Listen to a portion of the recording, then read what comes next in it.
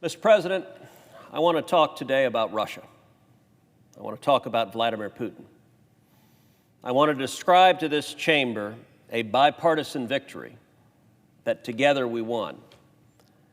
And then I want to describe tragically how President Joe Biden is giving that victory away to Putin and Russia. To understand this issue, we need to go back to the summer of 2019. In the summer of 2019, Russia was in the process of constructing a pipeline called the Nord Stream 2 pipeline. Behind me is a map demonstrating where the Nord Stream 2 pipeline runs. It is a pipeline that was to run from Russia to Germany, going underneath the Baltic Sea. The summer of 2019, the pipeline was nearly complete. At various periods in time, it was 70% complete, 80% complete. There was widespread consensus that if this pipeline were completed, it would have devastating consequences.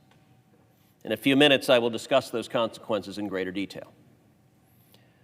But in an effort to stop the devastating consequences, I worked on bipartisan legislation along with Senator Jeanne Shaheen, Democrat from New Hampshire, and we introduced bipartisan sanctions legislation designed to stop the Nord Stream 2 pipeline. That legislation, when we introduced it, was almost immediately subject to a Russian disinformation campaign.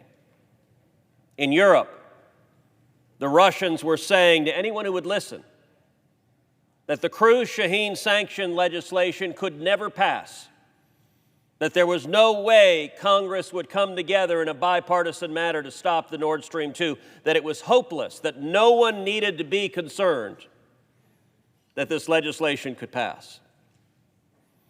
They also made the argument as part of their disinformation campaign that the pipeline was nearly complete, so that U.S. sanctions could not stop it. There was nothing that could be done to stop it. Well, Mr. President, to the surprise of nobody who follows these issues, that Russian disinformation was precisely that. It was disinformation. It was lies. The Senate Foreign Relations Committee, Senator Shaheen and I worked with our colleagues, and our legislation was initially voted out of the Senate Foreign Relations Committee by an overwhelming bipartisan vote of 20-2. Overwhelming bipartisan support. At that point, Senator Shaheen and I began working to get it passed on the floor of the Senate. While we were doing so, the Russian disinformation continued. This cannot pass.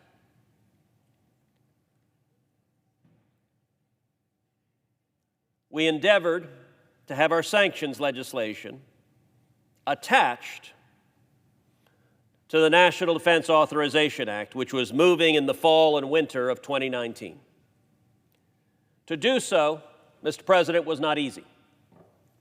To do so, we needed to get the explicit sign-off of the chairman and the ranking member of the Senate Foreign Relations Committee. We needed the explicit sign-off of the chairman and the ranking member of the Senate Armed Services Committee. We needed the explicit sign-off of the chairman and ranking member of the Senate Banking Committee. And then we needed the explicit sign-off of Senator McConnell and Senator Schumer, the Republican and Democratic leader, respectively. All 8 of those individuals, all 8 of those senators needed to agree with our legislation for this to proceed on the NDAA. And then, Mr. President, we had to do the exact same thing in the House of Representatives and get the chairman and ranking member on foreign relations, on armed services, on banking, and we had to get the sign-off of Nancy Pelosi and Kevin McCarthy. To get the explicit support of all 16 of those congressional leaders, 8 Republicans and 8 Democrats, in any world is not easy. And I will say, on my part and Senator Shaheen's part, we invested dozens, if not hundreds of hours in terms of talking to our colleagues to build that bipartisan consensus. and we ended up getting that overwhelming support.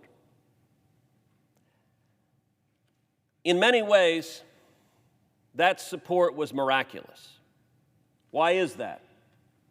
Well, one of the reasons why Nord Stream 2 is particularly problematic is that Russia is building Nord Stream 2 in order to cut off Ukraine.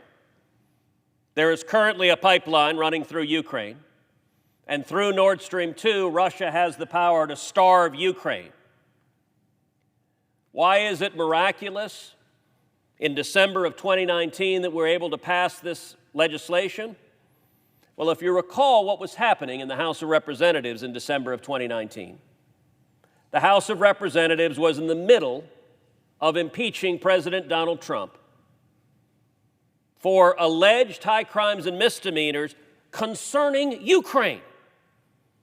If you recall, Mr. President, from the trial we held on this Senate floor, central to the allegations that were raised by Democrats against President Trump was conduct concerning Ukraine. It remains astonishing that right in the middle of a partisan gladiatorial battle concerning Ukraine, simultaneously we were able to get Republicans and Democrats to work hand in hand to agree with complete consensus that we were going to come together and stop the Nord Stream 2 pipeline. We were going to stop what Vladimir Putin was doing. In December of 2019, our legislation passed. The Cruz sanctions legislation passed. Now, Mr. President, I will remind you of what the Russian disinformation had been when we first introduced it. They said it'll never pass, and they said even if it does pass, it's too late for it to have any effect. Well, if my memory serves me correctly, President Trump signed the Cruz sanctions legislation at 7 p.m. on a Thursday. At 6:45 p.m. on a Thursday, 15 minutes before our sanctions legislation was signed into law, the company that was laying the pipeline in the Baltic Sea announced it had immediately halted laying the pipeline, and it was lifting anchor and sailing away. It was an incredible bipartisan victory. The pipeline was stopped in its tracks. What happened next was absolutely nothing. For a year, the pipeline lay dormant. The talking point from Vladimir Putin, and now sadly adopted by Joe Biden and his administration, is the pipeline is 90% complete, or the pipeline is 95% complete. But, Mr. President, it is not rocket science that a 90% complete pipeline is 0% complete. Until you complete both ends of the pipeline, it ain't nothing but a hunk of metal at the bottom of the ocean.